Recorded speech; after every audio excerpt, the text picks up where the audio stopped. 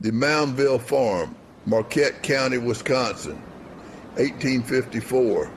I was 22 years old when the United States gave me this land. 40 acres, a patent signed by Franklin Pierce. I had come from Lancashire 6 years before. I had never turned a furrow in my life. I broke this ground with my own hands. I raised a house on it. In May of 1856, I married Elizabeth Ellison here. She was from Lancashire like me. She died the next April, giving birth to our daughter Lizzie. In November of 1858, I married Janet Hume. She raised Lizzie as her own. Every letter I wrote from Louisiana came here. Janet stood in that kitchen with paper in her hands and my voice in her head. We left in '67. I heard Iowa was better. I never came back until now.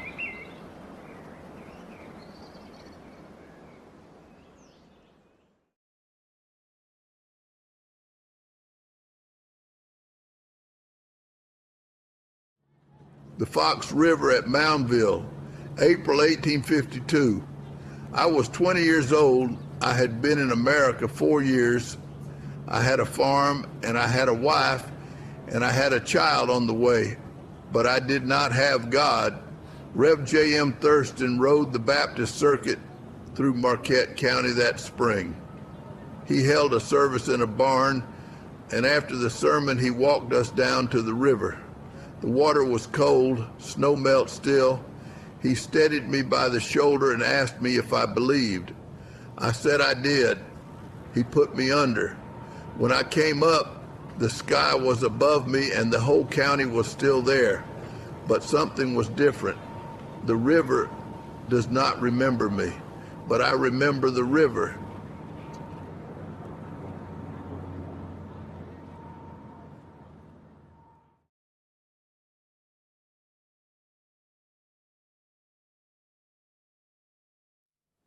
Portage, Wisconsin, the town at the carrying place between the Fox and the Wisconsin rivers.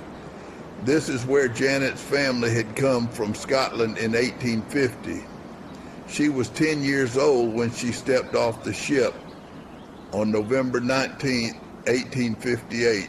We were married in the Baptist church at this corner. She was 19, I was 27. My first wife had been dead a year and a half, and my daughter Lizzie was 1 year old.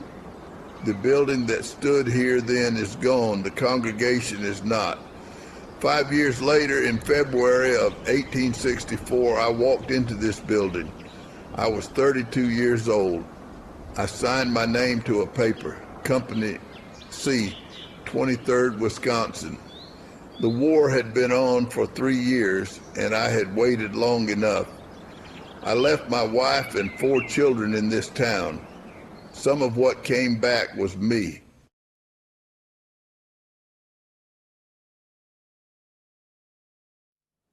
Camp Randall, Madison, Wisconsin.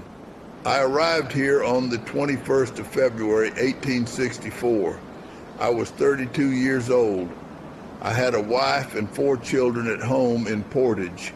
They gave me a uniform. They put me on a train south. The next time I saw Wisconsin, I was a different man.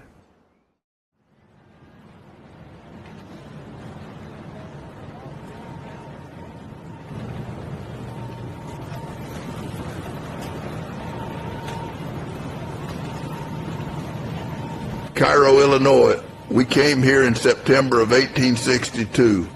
This was the ground where they mustered us for the road south. Wagons and horses and men. The depot stood along here, long since gone. 2 rivers meet here, the Ohio on one side, the Mississippi on the other. Below them, they are one water. I remember standing where the tugs are now and thinking that the river did not know it was 2. We went that way, south, into the country that was fighting us, and that way was home. Wisconsin was that way. I did not know then how long the road would be before I saw it again. The trade still moves. It just does not stop here anymore. They built a monument shaped it like a lookout on a steamboat to watch for a fleet that will not come back. I stood on this ground once. Now the ground stands watch for me.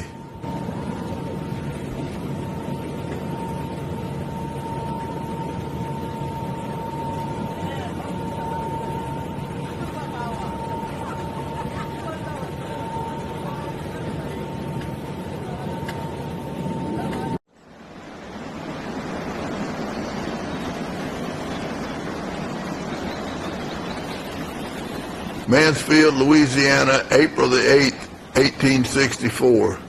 The road came out of the piney woods here and opened into a field. We did not know they were waiting for us. 12,000 of them dug in along the tree line.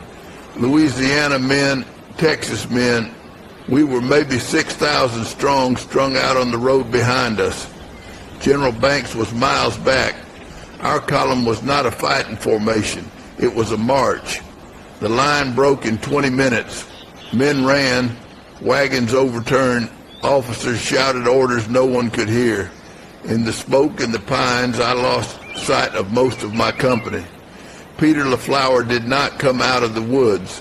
He was from Portage, Wisconsin. He had trained beside me at Camp Randall. He was 22 years old. They buried him somewhere near here. I never knew where. I never came back until now.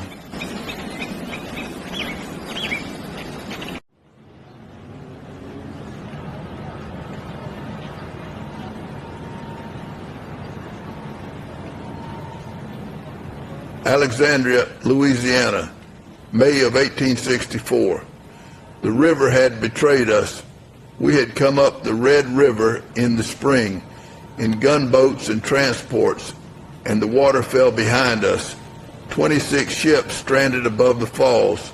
We could not go back the way we came. A colonel named Joseph Bailey had an idea. Build a dam, raise the water, float the fleet out. He was a lumberman from Wisconsin before the war, and he thought like one. For 8 days we worked, stripped to the waist in the Louisiana sun, hauling logs and rocks and sunken barges into the current. Nobody had ever done this on a river this size.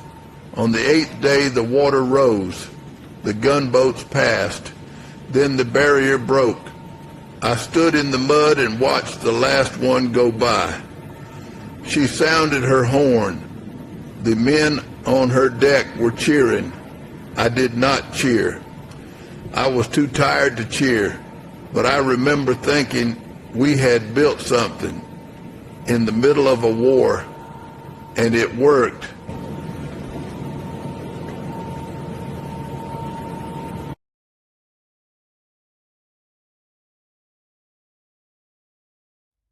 The Clarksville Farm, Section 28, Fremont Township, Butler County, Iowa, 160 acres.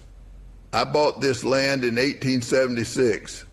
I was 45 years old. I had come from Lancashire as a boy of 17. I had been in America 28 years, and I had never owned a foot of ground. That changed here. We came from Waverly, where I had rented for 9 years. Janet, myself, and the children who by then were 9.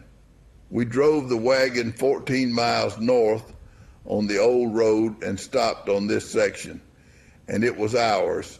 16 springs, 16 harvests. Every one of our Iowa-born children grew up on this ground. This is where I became the man they buried. In 1892, we moved to Charles City, but whatever else I was a Clarksville farmer longer than I was anything else.